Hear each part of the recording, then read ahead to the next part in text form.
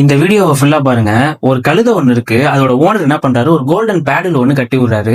அந்த கழுதை கிட்ட சொல்றாரு, இங்க இருக்கிற கழுதையிலே நீ ரொம்ப ஹார்ட் ஒர்க்கிங்கான ஆளு, நீ என்ன சொன்னாலும் கேட்கிற, ரொம்ப அதிகமா உழைக்கிற அப்படின்னு சொல்லி அதை நல்லா என்கரேஜ் பண்ணிக்கிட்டே இருக்கிறாரு.